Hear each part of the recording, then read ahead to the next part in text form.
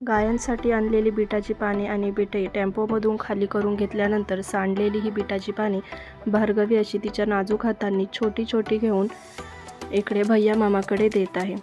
भार्गवीला करायची होती मदत, त्यामुळे तिने आजीच्या मागे सांडलेली जी बिटाची पाने होती ती तिने तिच्या एवलूशा हातांमध्ये थोडी थोडी घ्यायला सुरुवात केली.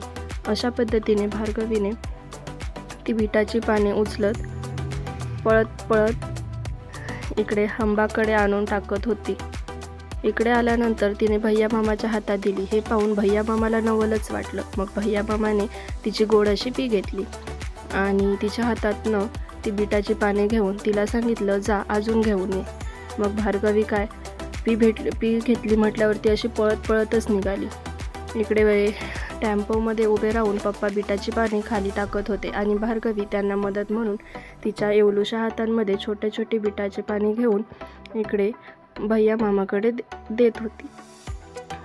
अशा पद्धतीने बिटाची पाने टाकून झाल्यानंतर भार्गवीने पाहिलं गाया बिटाची पाने वगैरे खात आहेत का.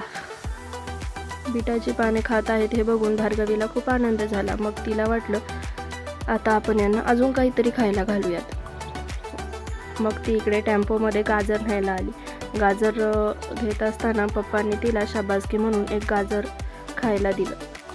मग भार्गवीने तिला ते गाजर आवडल्यामुळे दुसरं पण घेतलं. इकडे घरी आल्यानंतर भार्गवी आणि भार्गवीचे बाबा, भार्गवीचे पप्पा खंडोबाची तळी भंडार भरत होते. मग इथे भार्गवी पण बसली त्यांच्यासोबत आणि अशी तळी भरायला सुरुवात केली. इथे भार्गवी आता खंडोबाला तो भंडारा लावत आहे, तसेच तो तिच्या पप्पांना बाबांना लावत आहे. मुलगा नसली तरी मुलगी म्हणून का होईना, परंतु इथे प्रत्येक कामामध्ये पप्पाची मदत आणि बाप्पाला नमस्कार किंवा बाप्पाची सगळी कामे भार्गवी करत असते. इथे पाहू शकता मित्रांनो, भार्गवी कशा पद्धतीने तळी भंडार करत आहे. इथे बाबा तिला सांगत आहे की हा भंडारा घेऊन पप्पाला लाव. मग तिने तो भंडारा घेतला आणि पप्पाला लावला. इकडे बाबांना पण तिने लावण्यासाठी हात पुढे केला.